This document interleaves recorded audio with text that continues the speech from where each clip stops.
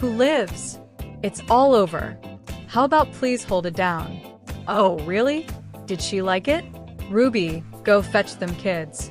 Hollywood has always been a master of selling dreams, but beneath the glow of some of cinema's most treasured classics lies a trail of shattered lives and harrowing headlines.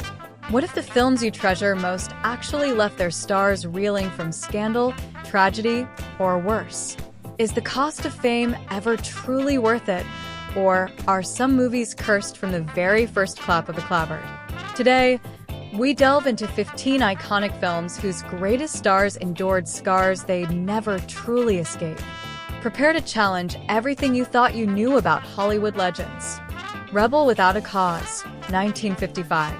From the surface, Rebel Without a Cause stands as the ultimate emblem of youthful rebellion. James Dean, donning his iconic red jacket, embodied the restless angst and magnetism of a generation yearning for change. Yet, few anticipated how Dean's real-life destiny would eerily echo that of his ill-fated character. Filming concluded in September 1955, but just weeks later, Dean's Porsche Spyder collided with another vehicle on a deserted California highway, killing him instantly at just 24 years old. The film's release transformed into a nationwide mourning, with audiences flocking to theaters to see a legend frozen in time. James Dean had become a martyr before fully ascending to superstardom. The sorrow surrounding the movie didn't end there. Co-star Sal Mineo was later fatally stabbed in an unpredictable attack, and Natalie Wood, another youthful icon from the film, perished in a mysterious drowning years later. Suddenly, the phrase "live fast, die young" morphed from a mere tagline to a chilling prophecy. This tragedy solidified Rebel Without a Cause's place in popular culture, but cast a dark shadow over every actor affiliated with it. For Hollywood, the film wasn't just a commercial triumph. It was a forewarning. Viewers would never perceive teenage rebellion the same way again. Whether coincidence or curse, the reckless spirit of the film seemed to seep into reality. Rebel Without a Cause left behind not just a gripping story, but a haunting legacy of lost lives no one could ever outrun. Cleopatra, 1963. Magnificent yet disastrous, Cleopatra stands as one of Hollywood's most infamous productions, notorious for consuming an entire studio and nearly bringing its stars down. Elizabeth Taylor, at the peak of her career as the highest-paid actress, was the linchpin of 20th Century Fox's colossal gamble on the film. However, the set quickly descended into chaos, plagued by skyrocketing costs, health crises, and a scandal that captivated the world's press. The tension reached a fever pitch when Taylor and her co-star Richard Burton initiated a highly publicized and passionate affair, both of them still married to others. Their relationship became tabloid gold, provoking outrage so intense that even the Vatican condemned it as erotic vagrancy. Meanwhile, Taylor was fighting for her life after contracting pneumonia, undergoing a tracheotomy that left her with a permanent scar, a stark physical reminder of the harrowing experience. At the same time, Burton's marriage crumbled under the strain. The expense ballooned to over $30 million, an astronomical sum for the era, pushing the studio to the brink of financial ruin. The media relentlessly branded Taylor as a homewrecker and relentlessly chased the star and Burton across continents. Their volatile romance, filled with breakups and reunions, dominated headlines for years. Though visually breathtaking, Cleopatra could never escape its infamous behind-the-scenes turmoil. While the film brought Taylor and Burton unparalleled fame and fortune, it did so at a staggering personal price. What began as a glamorous Hollywood romance nearly destroyed their lives, proving that sometimes the most devastating disasters unfold not on screen, but in the fragile hearts and relentless spotlight of its stars. You want a real Hollywood tragedy? Look no further than the Misfits. This film, appearing as a final farewell, unfolded like a slow-motion disaster for everyone involved. It marked the last completed project for both Marilyn Monroe and Clark Gable, with its central themes of loneliness, regret, and fading dreams hauntingly reflecting the real lives of its stars. By the time filming began in the scorching Nevada desert, Monroe's marriage to playwright Arthur Miller was unraveling before the crew's eyes. She was frequently tardy or absent, heavily medicated, and visibly battling mental health challenges. Clark Gable, once the invincible king of Hollywood, insisted on performing dangerous stunts himself to prove he was still capable, a decision that would prove fatal. Just days after wrapping up, Gable suffered a massive heart attack and died, with many attributing the stress of the film's physical demands to his death. Montgomery Clift, already weighed down by his own inner demons and the physical scars of a near-fatal car accident 5 years earlier, appeared gaunt and haunted. The atmosphere on set was thick with gossip columnists circling like vultures, and the set itself became a reflection of Hollywood's cruelty. When the Misfits premiered, its raw and honest tone shocked audiences, but the true heartbreak was off-screen. Monroe's health and career spiraled downward, culminating in her death from a drug overdose just a year later, while Clift's decline accelerated. If any film felt cursed by fate, it was this one. The Misfits did more than close an era. It penned the tragic final chapter for 3 of Hollywood's brightest stars. The Wizard of Oz, 1939. No conversation about classic cinema is complete without mentioning The Wizard of Oz. While cherished for its vibrant Technicolor magic and timeless story, the reality behind the scenes was far darker for its young star, Judy Garland. This film marked not only a major production, but also the beginning of a lifelong struggle for Garland, marked by exploitation, addiction, and deep personal suffering. Studio executives were obsessed with maintaining Judy's wholesome, girl-next-door image, imposing strict controls over her diet and appearance. She was reportedly restricted to little more than coffee, chicken soup, and amphetamines to stay thin. Alongside this, studio doctors prescribed medications both to keep her awake during long shoots and to help her sleep afterward, fostering a dependency that shadowed her entire life. The grueling production schedule demanded long hours under punishing studio lights and subjected her to harsh treatment from some crew members, with the constant threat of replacement if she failed to meet expectations. These experiences inflicted deep psychological wounds on Garland.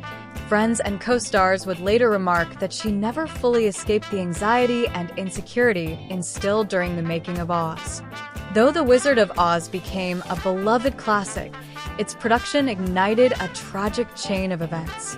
Judy Garland battled addictions and endured a series of failed marriages, her untimely death at 47 rooted in the pain that began during this supposedly wholesome film. Beneath the shimmering yellow brick road lay a grueling Hollywood machine that chewed up and discarded its brightest star. For all its enchantment, the magic of Oz concealed a far darker, haunting truth.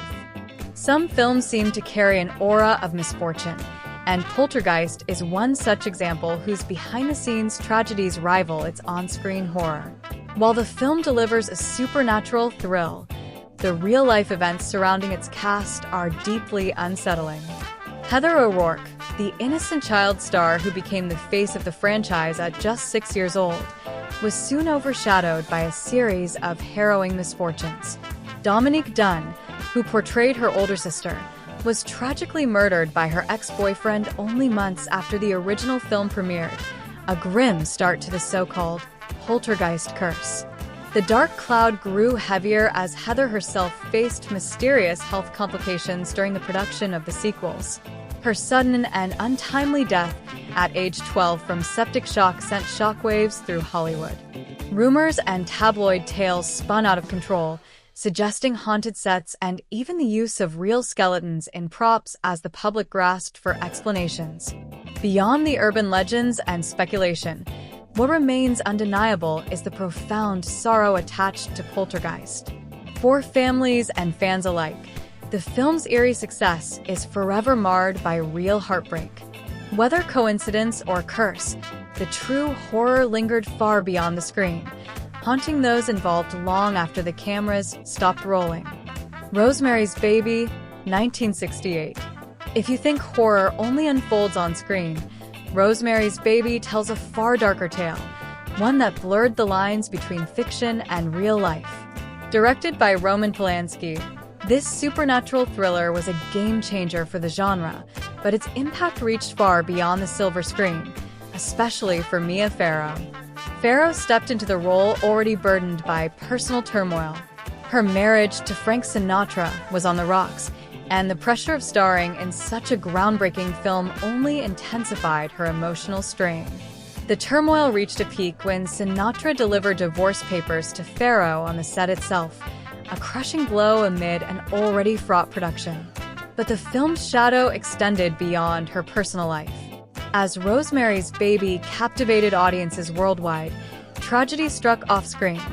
Roman Polanski's pregnant wife, actress Sharon Tate, was brutally murdered by the Manson family in a horrific event that riveted and horrified Hollywood. The connection between the film's satanic themes and this real-life evil seemed hauntingly close, fueling a narrative of horror that refused to stay confined to fiction. For Mia Farrow, the success of Rosemary's Baby was bittersweet. While it elevated her career, it also left her emotionally scarred and forever entwined with a dark chapter in Hollywood history.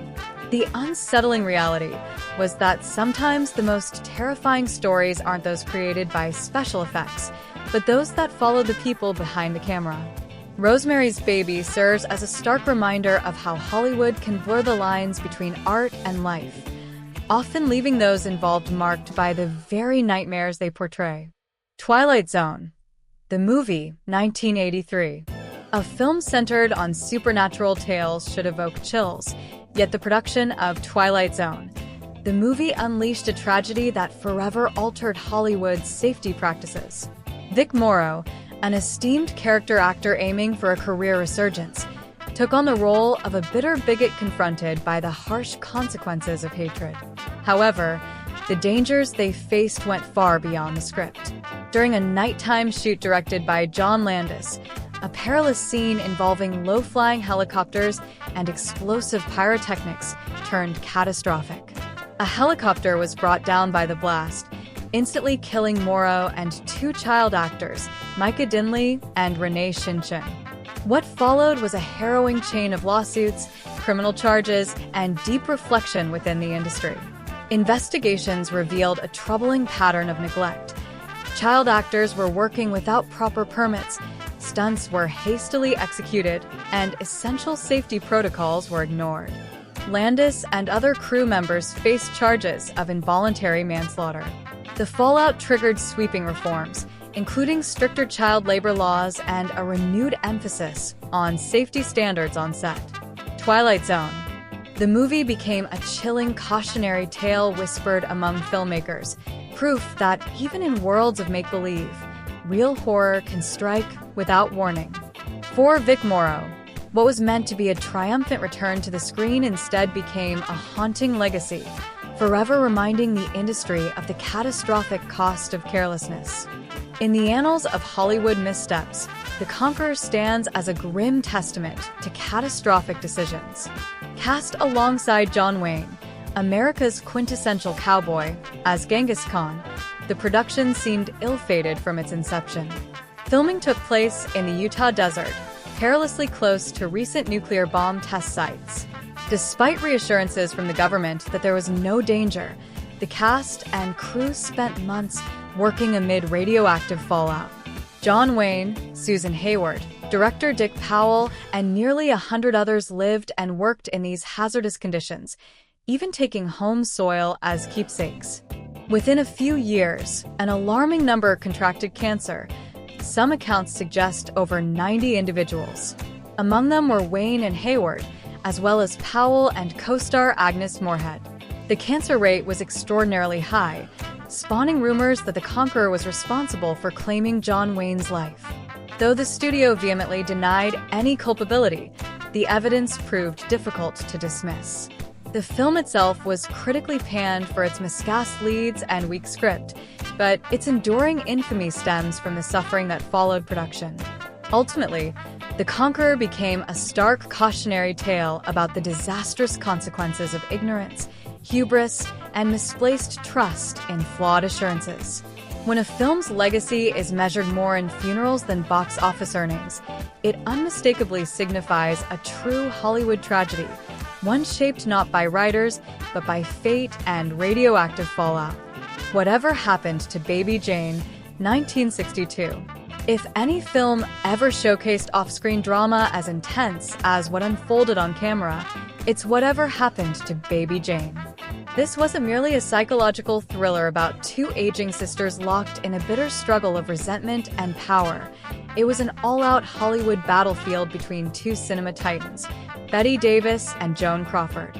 By the time filming began, their rivalry had turned into a deeply entrenched feud, and the production thrived on this combustible tension. On set, the atmosphere was charged with hostility and thinly veiled sabotage.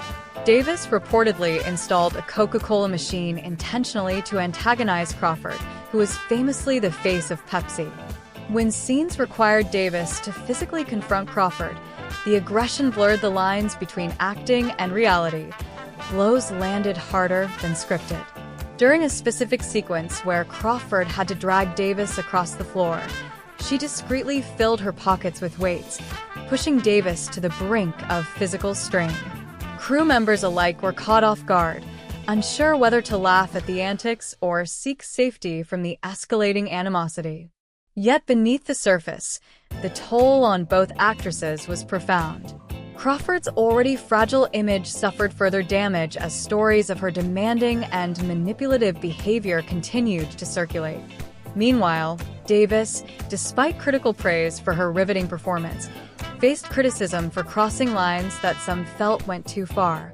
The film was a commercial success, but ironically cemented both actresses' identities as the very characters they portrayed, tormented, tragic, and steeped in bitterness. Following the film's release, the feud intensified, casting a long shadow over any prospects for revitalizing either of their careers. Their mutual bitterness transformed into Hollywood legend, a cautionary tale about the cost of rivalry and obsession. Efforts to bank on their feud with future projects fizzled out, leaving Whatever Happened to Baby Jane as their final, haunting spotlight. In the end, the true horror wasn't confined to the silver screen. It was palpable behind the scenes, in the makeup chairs and whispered exchanges, reminding us that sometimes the scariest stories in Hollywood don't need special effects. You'd assume that two screen legends like Humphrey Bogart and Katharine Hepburn would breeze through any Hollywood challenge. Yet, the African Queen was no simple acting gig. It turned into a grueling test of endurance and survival. Filmed on location in the untamed wilds of Uganda and the Congo, the shoot quickly became a relentless ordeal for everyone involved. Hepburn, determined to prove her resilience, took the locals' advice and drank only water, which left her terribly ill with dysentery for much of the production. Bogart, by contrast, stuck to whiskey and famously claimed, "I was the only one who didn't get sick. I drank the whiskey and kept away from the water." Director John Huston endured his own battles, wrestling with illness and the challenges of managing stars and equipment in such a hostile environment. The mosquitoes, oppressive heat, and dangerous river conditions were far more than mere backdrop. They dominated daily life. With equipment failures mounting, tempers flaring, and the constant threat of sickness or injury looming, the production felt like a survival mission more than a film shoot. Bogart later described the experience as one prolonged nightmare, while Hepburn would detail her suffering in her memoirs. The end result was a timeless classic, but behind the scenes, The African Queen was a brutal reminder that sometimes the fiercest obstacles aren't written into the script. They're lurking in the wild. For Bogart and Hepburn, making this film was less about romance and more about enduring hardship, where the greatest triumph was simply making it out alive. The Night of the Hunter, 1955. Though now hailed as a cinematic masterpiece, The Night of the Hunter suffered a crushing fate upon its release in 1955. The film, which weaves a haunting Southern Gothic tale, was the sole directorial effort of Charles Laughton, who poured his heart and soul into crafting its eerie atmosphere. Robert Mitchum delivered one of his most unforgettable performances as the sinister preacher Harry Powell, while Shelley Winters portrayed the vulnerable widow caught in his deadly grip. However, audiences at the time were unprepared for the film's surreal style and dark themes, resulting in harsh critical reviews and disappointing box office returns. The backlash devastated Lawton, who never directed another film. Winters, already weathering personal scandals, found herself typecast as tragic, broken women and battled bouts of depression in the aftermath. Meanwhile, Mitchum's intense portrayal was initially dismissed as excessive, leaving a lingering shadow over his career. The film's commercial failure left its cast and director emotionally wounded, their groundbreaking work unrecognized for years. Although now embraced as a classic, The Night of the Hunter stands as a poignant reminder of how Hollywood can consume its bravest artists, leaving lasting scars beneath the glamour and silence. You might think that after Vivien Leigh's triumph as Scarlett O'Hara in Gone with the Wind, nothing could push her further emotionally. But it was Waterloo Bridge that truly tested her resilience and left scars that would haunt her for years. Filming began shortly after her Oscar win, but the atmosphere was heavy and fraught. Leigh fully immersed herself in the role of Myra, a ballerina consumed by despair brought on by war and fate's cruelties.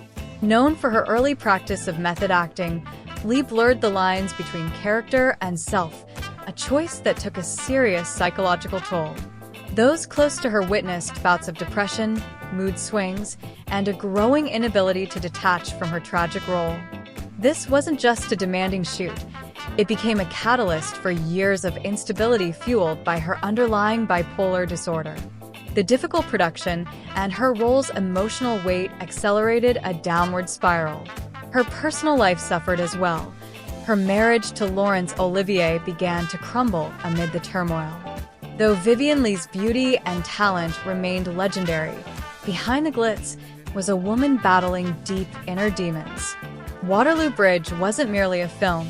For Leigh, it was a crucible that opened wounds too raw to heal easily.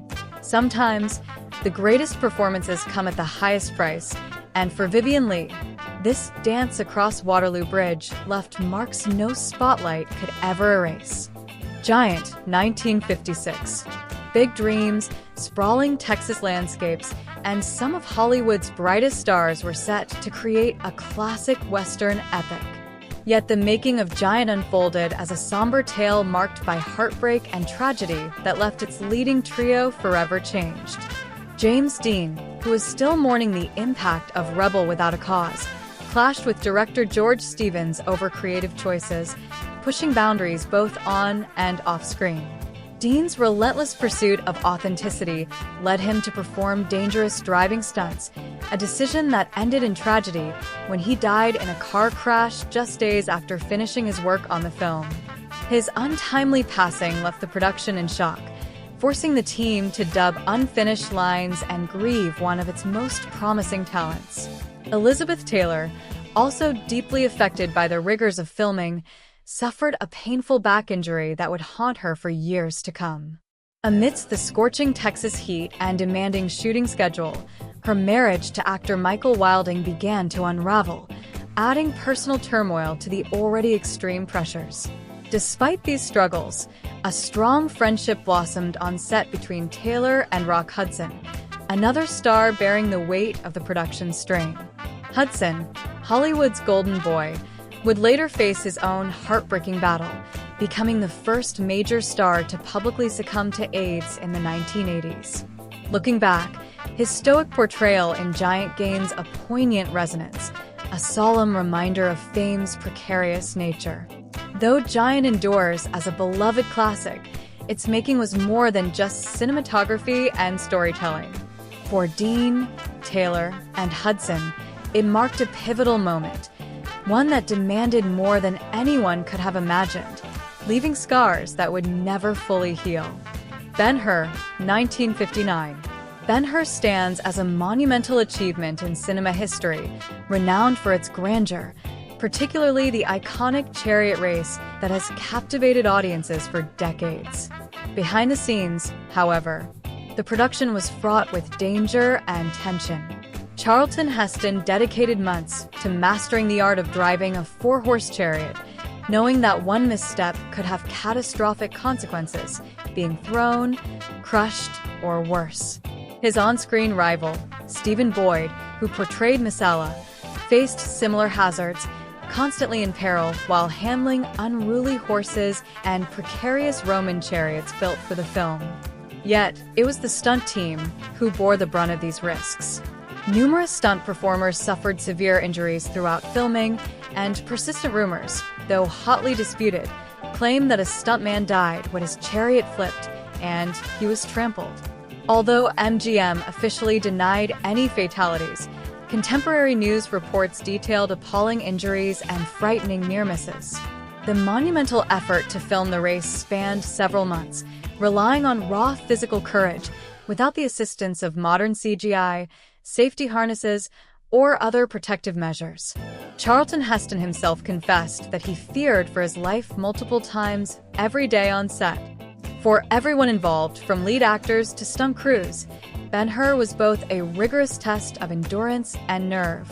The challenges endured left indelible marks, a sober reminder of the perils inherent in classic Hollywood filmmaking. While the film ultimately garnered an unprecedented 11 Academy Awards for those who survived the ordeal, the greatest triumph was simply making it through alive. Stanley Kubrick's Spartacus stands as a monumental epic that reshaped the sword and sandal genre, yet its creation demanded a heavy toll from all involved, particularly its leading stars.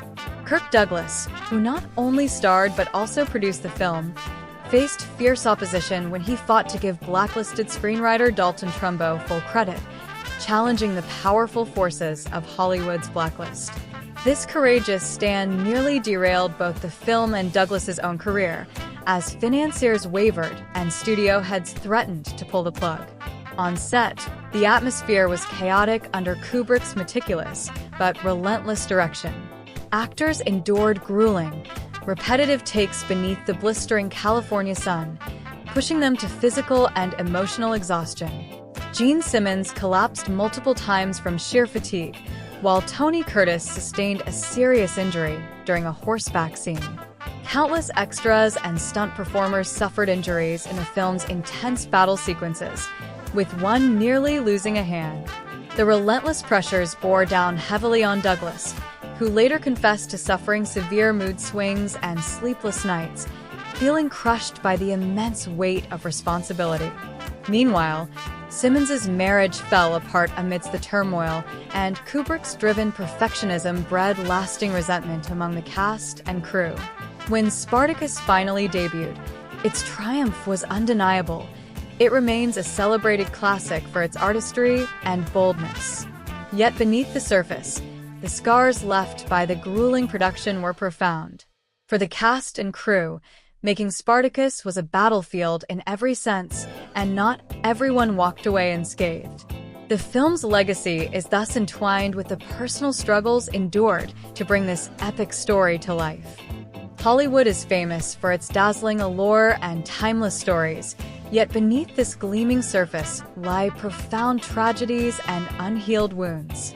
These 15 classic films reveal that the cost of creating cinematic magic can be devastating, leaving lasting scars on those involved.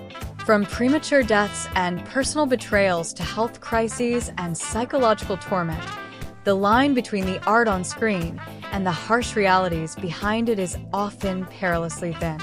As the lights dim and the applause fades, the true stories remind us that for many, the price of fame and art is far heavier than we ever imagined. What surprised you the most about these behind-the-scenes stories? Share your thoughts with us below. If you found this exploration of cinema's darker legacies insightful and engaging, please like, share, and follow for more revealing tales from Hollywood shadows.